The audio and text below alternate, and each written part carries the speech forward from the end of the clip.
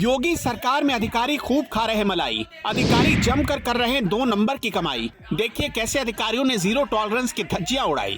पंडित जी, अरे ये जबरदस्त अपराधी हो, अरे मुंह देखने का पास थाने दिला रहा हूं ना।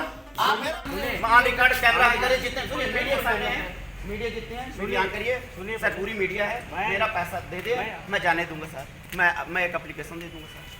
एप्लीकेशन हमको आप लोग दीजिए, हमको कह रहे हैं हमको एप्लीकेशन एप्लीकेशन ने मम्मी से लिखा दी। लेकिन लड़िए झगड़े नहीं हम लड़े सर देखिए हम पढ़े लिखे आदमी हैं, हम लड़ने में भरोसा नहीं रखते। भ्रष्टाचार एक ऐसा नासूर है जो पूरे सिस्टम को खत्म कर देता है और इस भ्रष्टाचार को खत्म करने के लिए योगी जब सत्ता में आए थे तो जीरो टॉलरेंस की नीति पर काम करने की बात कही थी।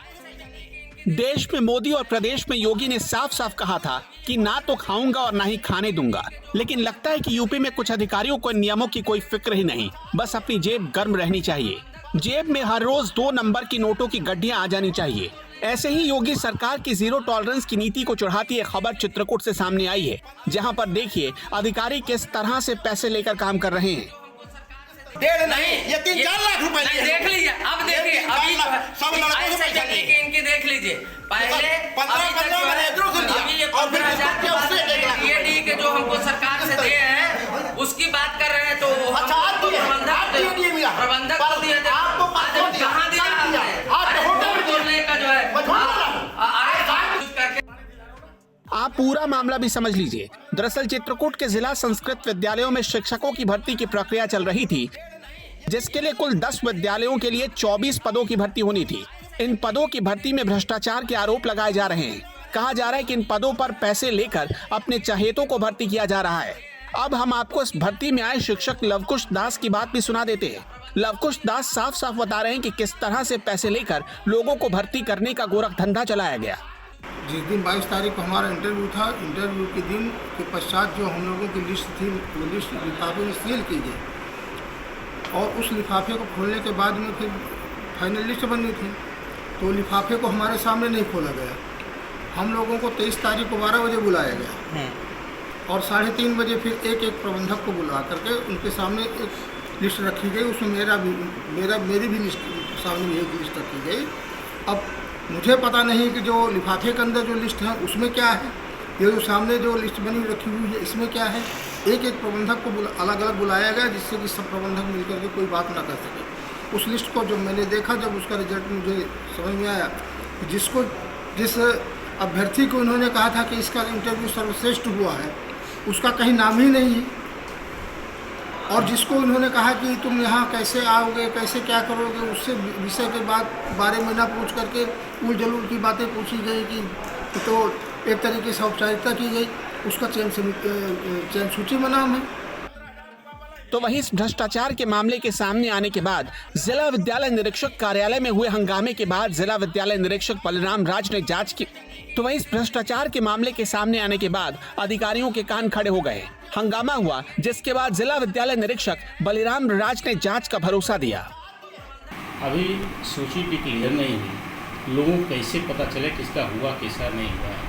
ये तो जानते हैं कि बहुत सीमित पद है, कहीं 1 पद है, कहीं 2 पद है, कुल मिलाकर जनपद में 24 पद है। आज हमारी फाइनल सूची हो रही है, उसमें तमाम एक्सपर्ट हैं, हमारे 2 विशेषज्ञ हैं और जो है एक जो है विभागीय अधिकारी हैं और जो है मैं हूँ प्रबंधक, उसके अध्यक्ष होते हैं।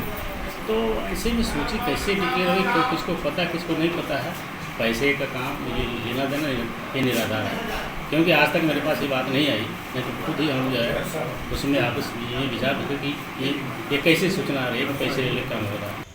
ये था कि हम कर देंगे इस लड़की को, तो उस लड़की का नहीं हो पाया है। किसका कर दिए उसके बदले? अब जिसका किया हो हमको दिखाया तो प्रबंधक आया नहीं है। मैं तो प्रधानाचार्य हूँ, मैं कोनो झोरा वोरा टांगे वाला नहीं। तो कितना पैसा दिया था? 5,000। किसको दिया था? जो कुंडले पहले उमा शंकर। ये कौन है उमा शंकर? सरकारी में अरे आप ना बोलिए, आप विषय विशेषज्ञ इन्हें कहा थे। पैसा किस तरीके से लिया गया? कैश लिया गया है या फिर चेक के माध्यम से लिया? नहीं, हाथ से नोट दी गई। नोट दी गई है। क्या किस लड़की को आपने कराया था? प्राची मिश्रा का। इतना ही नहीं, सपा के पूर्व जिला पंचायत सिद्धार्थ पांडे ने इस भर्ती में हुई गड़बड़ी की उच्च स्तरीय जांच की मांग की है।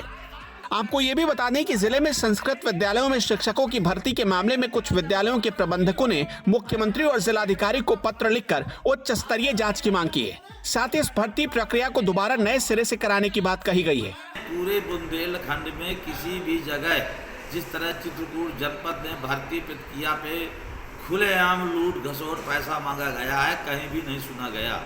यहाँ तक कि जब झांसी के और महोबा के लोग जा रहे थे तो छीबो को प्रबंधक का पैसा सार्वजनिक रूप से डीआईएस और सभी प्रबंधकों के सामने वापस किया गया। सरकार को हमें जब ये जानकारी हुई कि ऐसा हो रहा है तो पुलिस को बुला करके पर्यवेक्षकों को डीआईएस से भगा दिया बाहर, दबाव बना करके कि ये पैसा मांग रहे हैं। पुलिस बुलाया, पुलिस बुला के कहा ये पर्यवेक्षक जाएंगे, कोई कार्रवाई नहीं होगी, और हमारे पर्यवेक्षकों को पुलिस में जेल भेजने की धमकी दे करके और पर्यवेक्षकों को अपने यहाँ से निकाला गया। इतना ही नहीं, जिन 24 पदों के लिए भर्ती हो रही है उस पर ऐसे लापरवाह अधिकारियों की मिलीभगत के चलते छात्रों का भविष्य भी खतरे में पड़ सकता है। लेकिन पैसों के आगे ना तो किसी को छात्रों के भविष्य की चिंता है और ना ही सरकार के जीरो टॉलरेंस नीति की। इन लोगों की एक ही नीति है, राम नाम जपना, 2 नंबर का पैसा अपना।